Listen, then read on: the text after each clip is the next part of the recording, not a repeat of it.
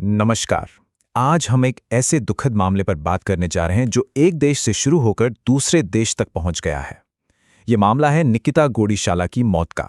तो कहानी की शुरुआत होती है 2 जनवरी 2026 को, जब एक 27 साल की महिला के गायब होने की खबर आती है और फिर सिर्फ 2 दिन बाद ही वो मृत पाई जाती हैं।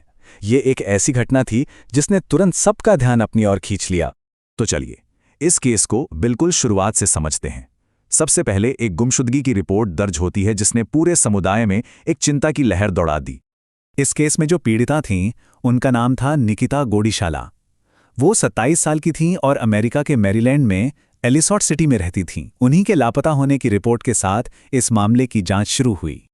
अब देखते हैं कि पुलिस के बयानों के हिसाब से हुआ क्या, कैसे एक मामूली गुमशुदगी की रिपोर्ट एक बहुत ही दुखद खोज में तब्दील हो गई। तो ये है पूरी टाइमलाइन। देखिए, 2 जनवरी को निकिता के लापता होने की खबर आती है और ठीक 2 दिन बाद 4 जनवरी को हॉवर्ड काउंटी पुलिस एक बयान जारी करती है। क्यों? क्योंकि उसी दिन निकिता की बॉडी मिल चुकी थी। बॉडी मिलने के साथ ही यह मामला एक गुमशुदगी के केस से कहीं ज्यादा गंभीर हो गया। पुलिस ने कंफर्म किया कि निकिता के शरीर पर चाकू के घाव थे। बस यहीं से यह केस एक मर्डर इन्वेस्टिगेशन यानी हत्या की जांच में बदल गया। निकिता का शव मैरीलैंड के कोलंबिया शहर में एक अपार्टमेंट से मिला, लेकिन चौंकाने वाली बात यह थी कि यह अपार्टमेंट किसी और का नहीं बल्कि उनके एक्स बॉयफ्रेंड का था। और इसी एक जानकारी ने जांच की पूरी दिशा ही बदल दी। अब जांच का सारा फोकस एक ही इंसान पर आ गया। पुलिस ने एक मुख्य संदिग्ध की पहचान की जो इस मामले में सबसे अहम कड़ी था।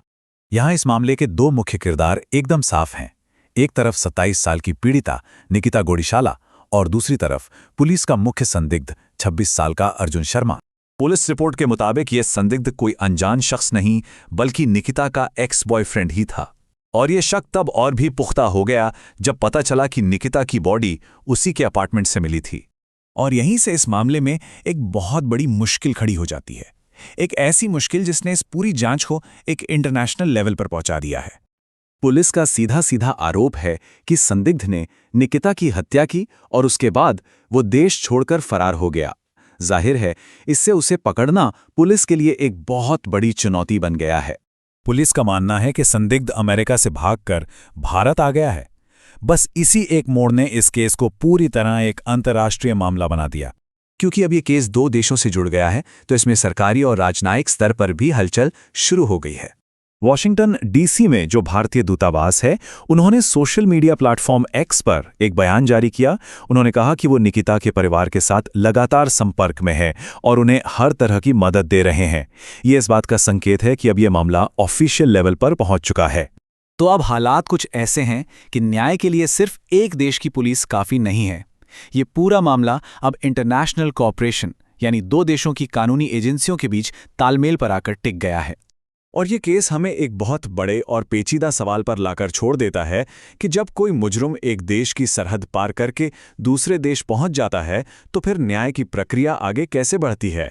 ये सिर्फ एक अपराधी को पकड़ने का सवाल नहीं है, बल्कि 2 देशों के बीच कानूनी संधियों और कूटनीतिक रिश्तों का भी एक बहुत बड़ा इम्तिहान है।